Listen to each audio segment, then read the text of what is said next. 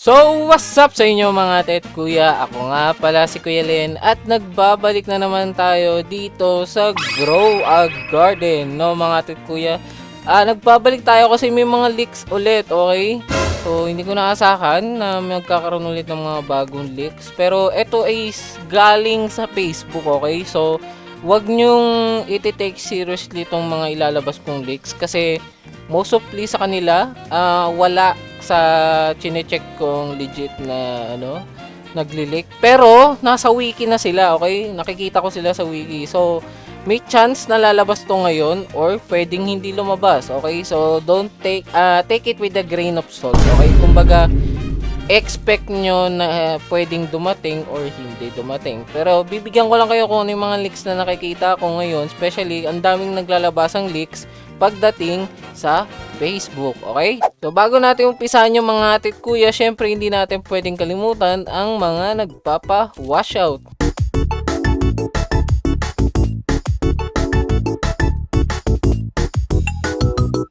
So, unang-una mga atit kuya na ating pag-uusapan is nag-reset kanina yung server and nagkaroon ng update, okay? So, yung mga update, papakita ko sa inyo. Unang-una sa settings, meron ng master audio na pwedeng mag-handle ng lahat ng audio nyo. Tapos yung music, pwede nyo nang itoggle, okay? Tapos dito mga atit kuya, makikita nyo yung favorite icons, meron na ding UI. And most likely, inayos lang nila tong pinaka-UI dito sa settings. Kasi yung sa yung sa favorite, pwede nyo na pong i-click yung dito, itong heart icon na to, kita nyo. Pag click ko, lahat ng favorites lalabas na, okay? So, depende kung nakapunta kayo dito sa all items. So, favorites lang ilalabas. Pag tinanggal nyo yung click ng heart, so lalabas lahat ng item nyo, makikita nyo na. So, mas madali na silang makita, okay? Mas madali nang masegregate yung mga item na gusto nyong tignan, okay? Para hindi na kayo malito. So, next naman mga atit kuya, ngayon ko lang to napansin, actually, nagkaroon pala ng bagong, tawag dito, bagong weather. Hindi ko alam, basta bagong mutation. Nakita ko lang to sa alt ko, ngayon lang, okay? Eto, makikita nyo, meron siyang, hindi siya disco pero nag-iiba-iba siya kulay, di ba? Ang tawag sa kanya is Aurora, okay? Sa Aurora Borealis siya nakukuwang event, okay? Nakita ko lang to after nung kayo to, kaka-record ko lang. Naka-epic kasi yung alt ko. Then nakita ko parang nag-iiba yung isa kong honeysuckle, wala naman akong ginawa. So nakita nyo, meron siyang Aurora na mutation. Ewan ko kung nakakuha kayo. And di ko rin alam kung ano yung itsura kasi naglalaro ko ng ML kanina kaya hindi ko rin nakita. Naka-FK lang yung alt ko. So nakita nyo naman Aurora. Then papakita ko sa inyo kung magkano ba siya sa wiki. Okay mga atit kuya, nandito tayo sa wiki and hinahanap ko yung Aurora. Hindi ko makita actually. So ito, Aurora. Nasa pinakababa. Aurora Borealis, no? So, times 90. Times 90 yung binibigay niya. Mataas siya. Actually, mataas. So, pag tinignan natin sa weather, ito ata yung icon niya. Ito yung icon niya. So, hindi ko sure kung yan yon kasi wala namang ibang weather or anything na pwedeng magbigay ng ganon. Ito lang yung icon na bago na nakita ko rin. So, yun nga. Ko lang kung paano siya nati-trigger or admin event lang ba to or something. Pero eto nga, Aurora Borealis. So, Aurora Borealis, the sky become Aurora there cross Aurora mutation. So, ewan ko kung nakakuha kayo pero nakakuha ko, no, Aurora. So, next nating titignan mga atit kuya is ang mga bagong pet ability leaks ng mga parating na pet, no, mga atit kuya. So, umpisahan natin sa hamster, okay? Sabi dito, ang hamster ay every 3 minutes run in a hamster wheel and boost crafting speed by 30% for 19 seconds. Okay, medyo okay siya kung meron kayong kinakrap, okay? Kung meron kayong kinakrap na matatagal katulad ng sabihin natin dito. Ang pinakamatagal ay yung anti-BEG sa pagkakaalam ko. So, yun. Kunyari, may anti-BEG or pack-BEG yung ginagawa, pwede kayo gumamit ng hamster, okay? Pero kung hindi naman kayo nagka-crop ng mga mahalaga, hindi po siya effective, okay? Hindi nyo siya magagamit. Wala po siyang sense para gamitin. Kunyari, magka-crop lang kayo ng katulad nito. Pakita ko sa inyo, reclaimer. So, yung reclaimer kasi 45 minutes lang. And kailangan nyo lang naman doon ng common egg and harvest tool, 'di ba? Harvest tool. So, hindi siya ganun katagal katulad nung anti-BEG, kaya hindi na worth it gamitan ng hamster. Pero kung may time kayo, kung gusto niyo mapabilis, kailangan na kailangan niyo nung ay, nabawasan pala yung reclaimer. Ngayon ko lang napansin, hindi na siya 45 minutes. 25 minutes na lang ang reclaimer. Oh, ngayon ko lang napansin. Sorry, ngayon ko lang napansin. So, 25 minutes na yung reclaimer. In-adjust nila. Wala kasing lags na nilalabas si Jandel or yung devs kapag nagre-reset sila. Yun yung problema. Kaya hindi ko nasabi sa inyo kung ano ba yung nagbago talaga sa pinaka. Nag-update kasi version 1.410 na tayo. Kaya hindi ko alam yung pinaka binago. Pero yan, nakita nyo, 25 minutes na lang. So, okay lang din gumamit kayo ng hamster if kailangan nyo nung reclaimer or nung item na yun. Pero mas maganda lang siya sa mga mas matatagal i-crop, okay? Next naman na titignan natin pet, mga tit kuya, is ang Sun Snake. Okay, sabi dito sa Sun Snake, buying from the seed or gear shop has a 1.47 chance, okay? To duplicate the item bot. So, maganda to kung merong stock ng master, kung may stock ng sugar, kung may stock ng mas magandang kailangan nyo, okay? So, hindi ko sure kung nagana to sa eggs, kasi shop pa rin to, diba? What if nagana to sa eggs, no? So, medyo madaya siya, lalo na kapag ang stock is bug egg, tsaka yung paradise egg. Kasi alam nyo naman, sobrang rare ng mga egg na yon. Kung titingnan natin kung ilang percent yung mga egg na yun is meron lang na 7% and 3%. Okay, sobrang baba ng chance na mag-spawn sila. So, kung meron kayong snake or sun snake na equip that time, di ko alam kung nagana ha, di ko pa alam kung gagana. Malalaman natin yan kapag lumabas na yung sun snake mamaya. So, doon pa lang natin malalaman. Pero maganda siya kapag may stock ng master or anything na mas magandang seed dito sa seed shop, no? At least may chance kayo ma-duplicate. Pero kailangan mabilis kayo kasi alam nyo naman, every 5 minutes nagre-reset kagad tong mga to. So, next naman na pet na titignan natin mga tit kuya is ang meerkat. Okay, sabi dito, meerkat every 10 minutes goes to another pet and does a lookout. That pet advances cooldown by 21 seconds and has 10.58% chance to do it again after each lookout. So, itong meerkat, ano siya, maganda siya kapag may alt kayo, okay? Kunyari yung alt nyo, kunyari itong account ko na to is naka-full meerkat, okay? Then yung account doon sa kabila is naka-full raccoon. Tapos sabihin natin meron akong candy blossom. Ngayon, ang gagawin ng meerkat, pupunta siya dito sa puro raccoon and papababain niya yung cooldown ng mga raccoon na yun. Kasi yun yung pagkakaintindi ko dito, sabi goes to another pet and does a lookout. That pet advances by 21 seconds. So, okay. So, hindi dito ni-specify kung pwedeng pet sa iba or pet mo. Pero sinabi lang dito, goes to another pet. Okay? Walang sinabi, hindi ni-specify. Hindi nila sinabi kung pet mo lang or kasama yung pet ng iba. So, kung pwede yung pet ng iba, yun nga yung tinutukoy ko. Maganda siya sa may mga raccoon. Tapos yung alt nyo, naka-full meerkat. Pero kung para sa inyo lang naman, para siyang peacock pero mas okay. Kasi yung peacock mga tit kuya, ito yung peacock. Yung peacock kasi may range siya, may studs. Nagbababa rin siya ng cooldown kaso may studs, no? So, parang ganun din siya. Pero mas okay pa rin siguro Queen Bee. Kasi alam ko ang Queen Bee, full reset ang Queen Bee, diba? Wala kasi akong Queen Bee, pasensya na. Pero alam ko mas maganda pa rin Queen Bee kung meron kayo. Pero pwedeng alternate yung meerkat kasi guaranteed na may pupuntahan siyang pet.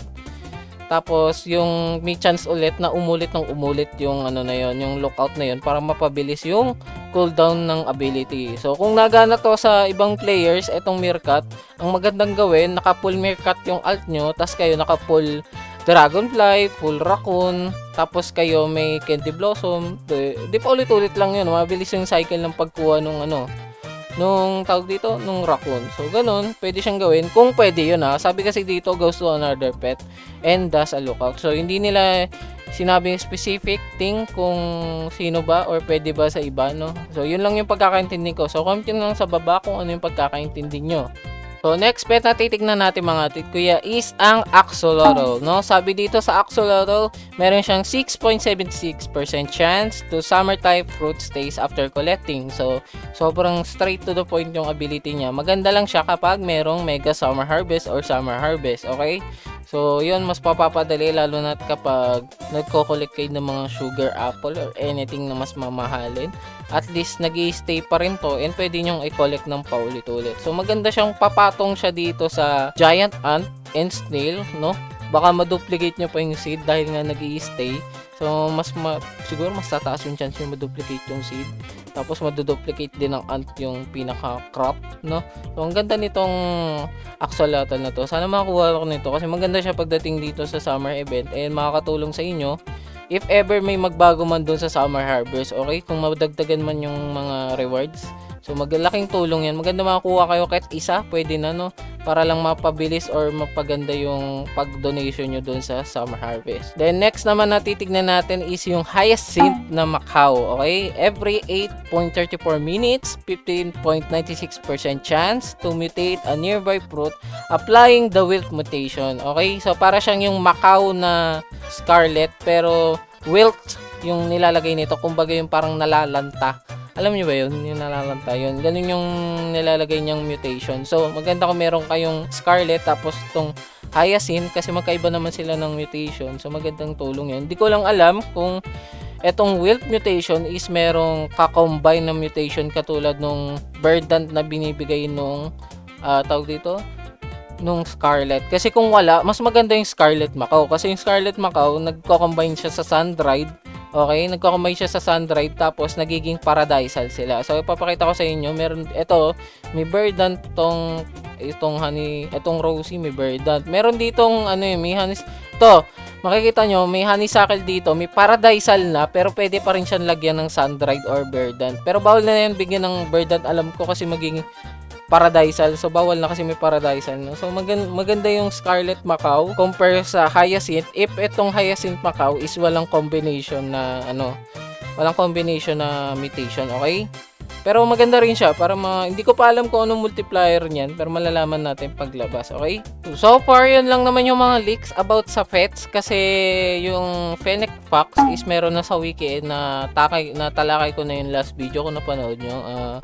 Meron ng ability yung Fennec Fox which is yung nagdana ko siya ng mutation sa iba tapos ipapasa niya yung mutation na yun doon din sa plant mo pero random yun random mutation yung kukunin niya tapos random din yung bibigyan niya so medyo 50-50 in case na may mga pangit kang plant katulad ng tomatoes na nakalagay kasi nagsa-summer harvest ka so maganda kung yung na yun is ang kasama nung may Fennec Fox is yung may magagandang mutation tapos yung tanim mo is magaganda lang din okay para sulit yung pagnakaw ng Fennec Fox na yun. So next leak na titignan natin mga tit kuya is yung bagong parating na tool na tinatawag na magnifying glass no.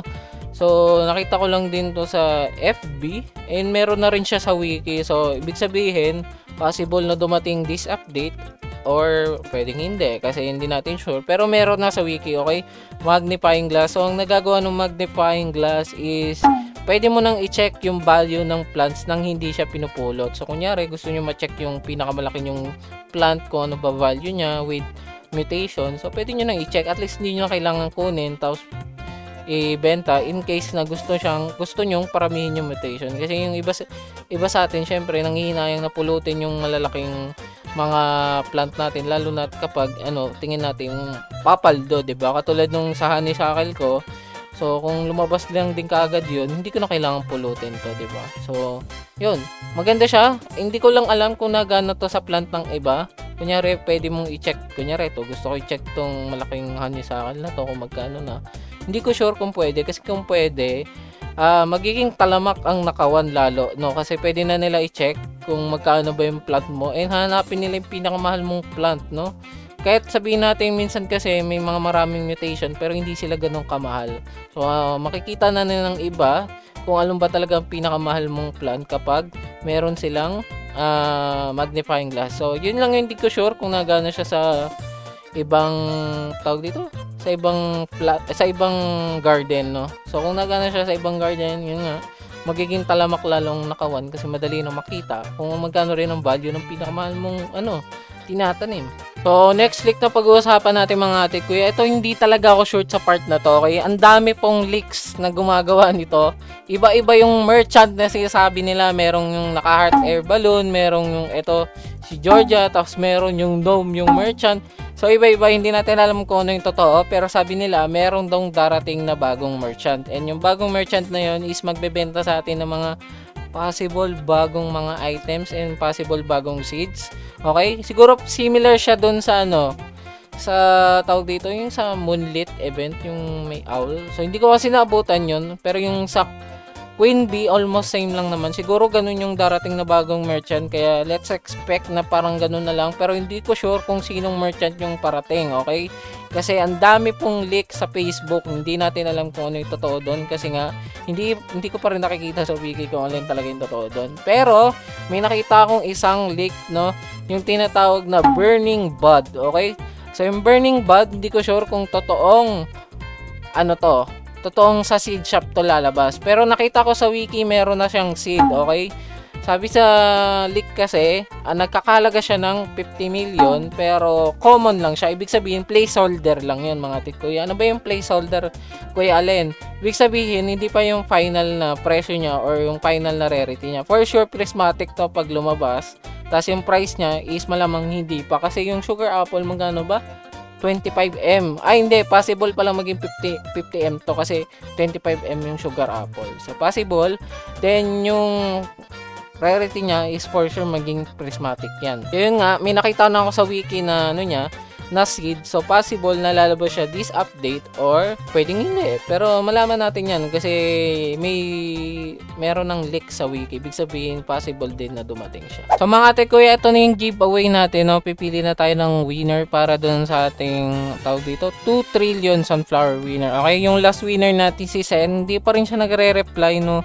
Sen, kung napapanood mo to or if you are watching this, please comment your username so I can add you and deliver you the prizes that you won, okay?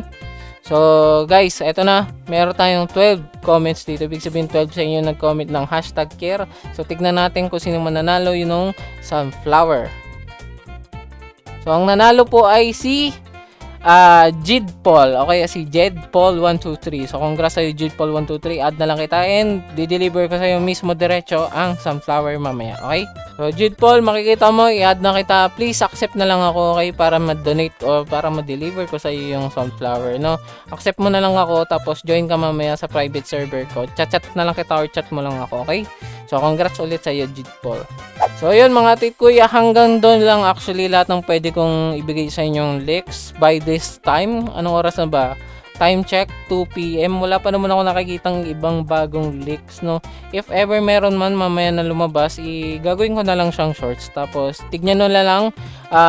Ipopost ko naman siya sa Toktik, sa FB, and dito sa YT. Makikita nyo naman yung mga shorts na yun. Doon ko lang kayo i-update if ever meron man kasi medyo mahirap kapag sa long form pa, okay? So, yun. Kita-kita tayo mga tit kuya mamaya sa event. So, good luck sa inyo. I hope makakuha kayo ng magandang mutation and makuha kayo ng mga gagandang plant and seeds and pests mamaya. So, kita-kita tayo mamaya mga tit kuya. Ay, meron dalawang may tagal. So, ingat kayo palagi. God bless po sa inyo. Bye-bye!